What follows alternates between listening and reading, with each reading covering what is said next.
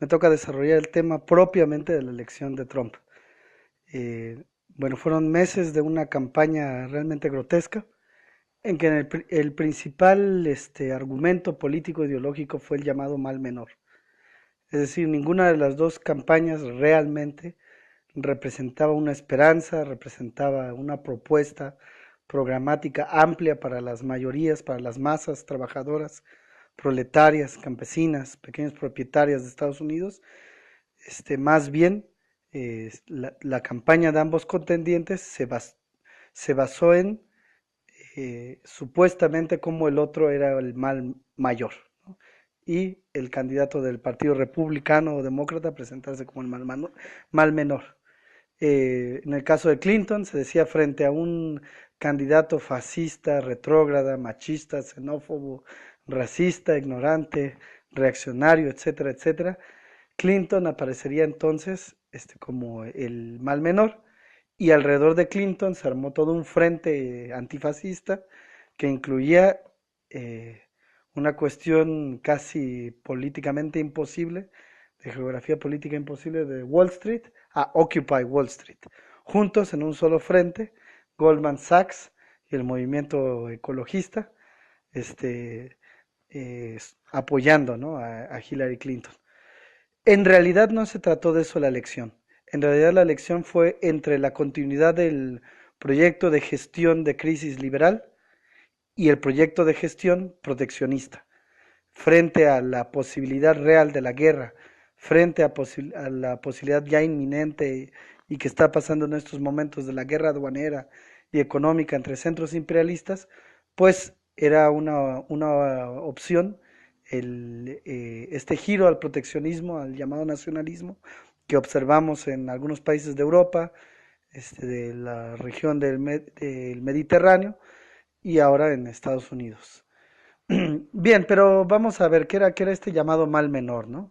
Es decir, recordemos cómo la primera administración Clinton desata la guerra contra Yugoslavia, contra Somalia, y muestra cómo la naturaleza del imperialismo no ha sido alterada.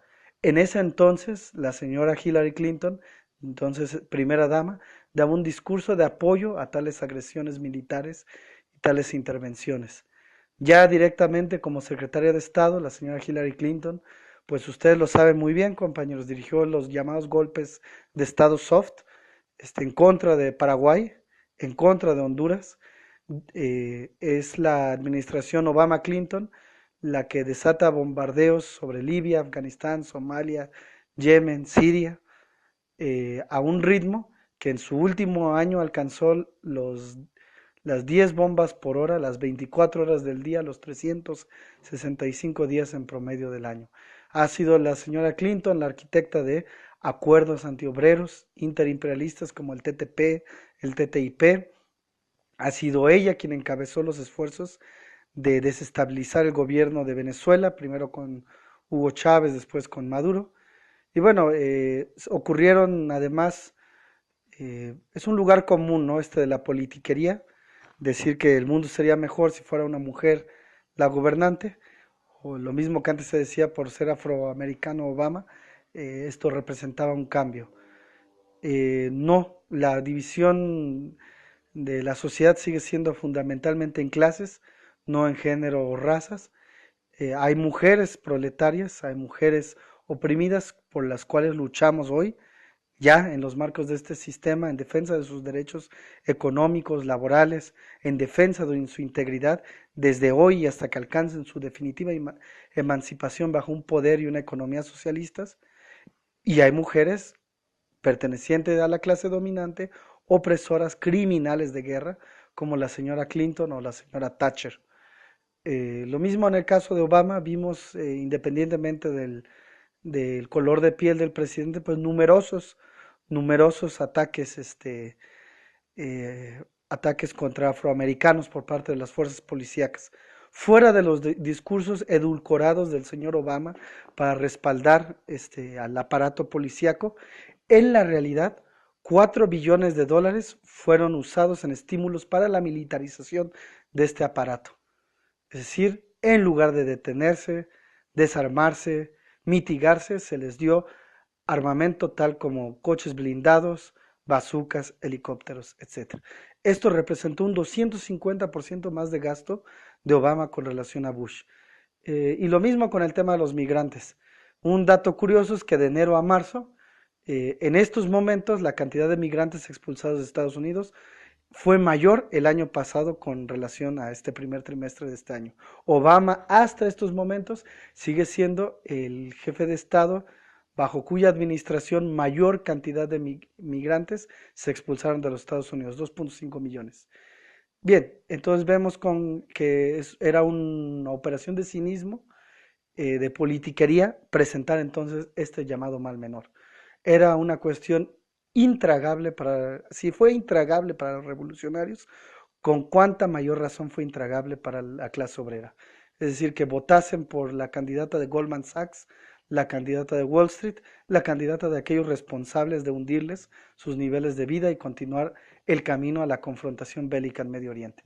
Bien, en segundo lugar, un poco de marco general, independientemente de Clinton o Trump, vemos esto, es decir, la actual administración seguramente empeorará la situación para migrantes, para trabajadores, para el medio ambiente, para las agresiones imperialistas internacionales, pero vemos pues cómo en todos los indicadores la administración de Obama fue más dura y cruenta que la anterior de Bush, que a su vez fue más dura y cruenta que la administración anterior de Clinton y así.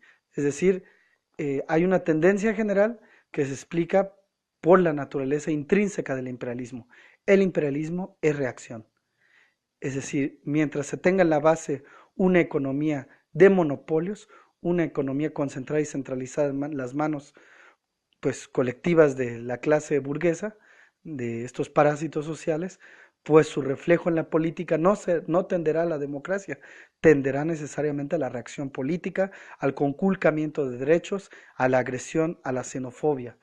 Esto es un fenómeno que Lenin aborda, por ejemplo, en la caricatura del marxismo y el economicismo imperialista, o en el imperialismo y la decisión del socialismo, etcétera, etcétera.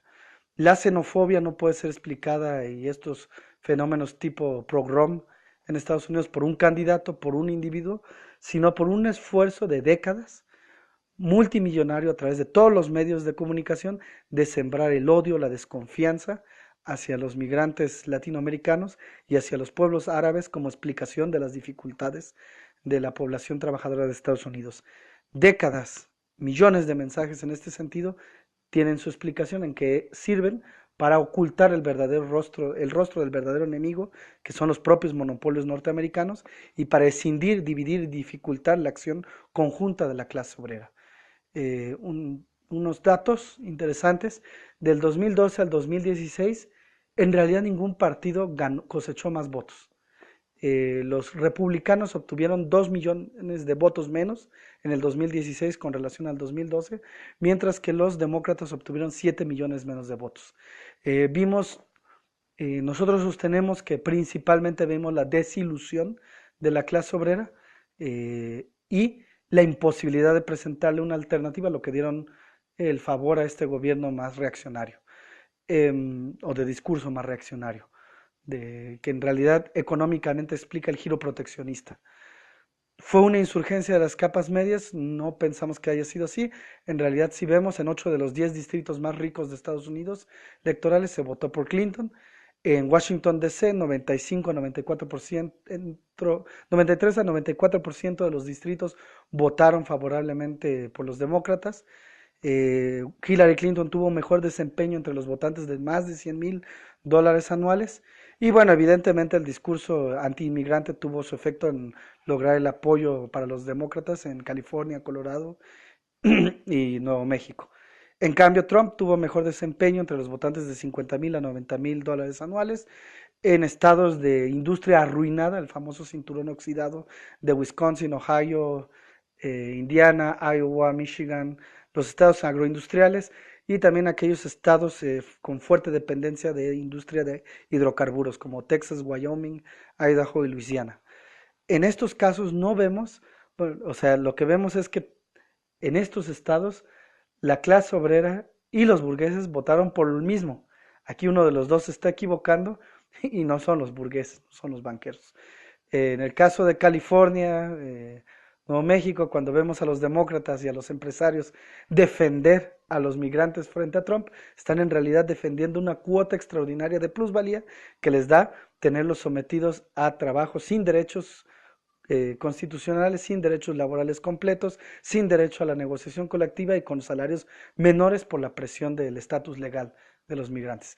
En Texas, Wyoming, Idaho y Luisiana, donde Trump hizo fuertes discursos hablando de una riqueza que existe ahí para ser tomada como solución a la crisis al eliminar las regulaciones ambientales, pues se les olvidó mencionar a los empresarios y a Trump que esa riqueza no caería en manos de los trabajadores, sino exclusivamente en manos de los empresarios, de los capitalistas. En fin, que lo que vemos es un proceso, este sistema bipartidista sirve para validar la continuidad del sistema capitalista y exclusivamente variantes en la gestión capitalista. Como un péndulo, cuando a uno de los dos partidos, demócrata o republicano, se le agota el capital político para continuar los planes de agresión antiobrera y los planes de agresión de guerra imperialista, pues pasa a su relevo el partido contrario. Aquí sostenemos la necesidad de que la clase obrera no se le presente como salida votar junto con accionistas con el capital financiero por una salida capitalista, eh, que en este caso es o liberal o proteccionista, sino que la clase obrera intervenga en la política con su propio rostro, con sus propios intereses, como la clase obrera multinacional de los Estados Unidos de Norteamérica. En esto ya mis camaradas habrán explicado un poco de la política de fronteras, de la política dirigida ahora hacia los trabajadores migrantes del Partido Comunista de México, e insistimos que el camino es, sin importar las consecuencias, los costos o los sacrificios, hacer todo lo posible para confrontar el imperialismo en ambos lados de la frontera hasta el límite de nuestras fuerzas y levantar la clase obrera de México y la clase obrera multinacional de los Estados Unidos contra sus enemigos de clase.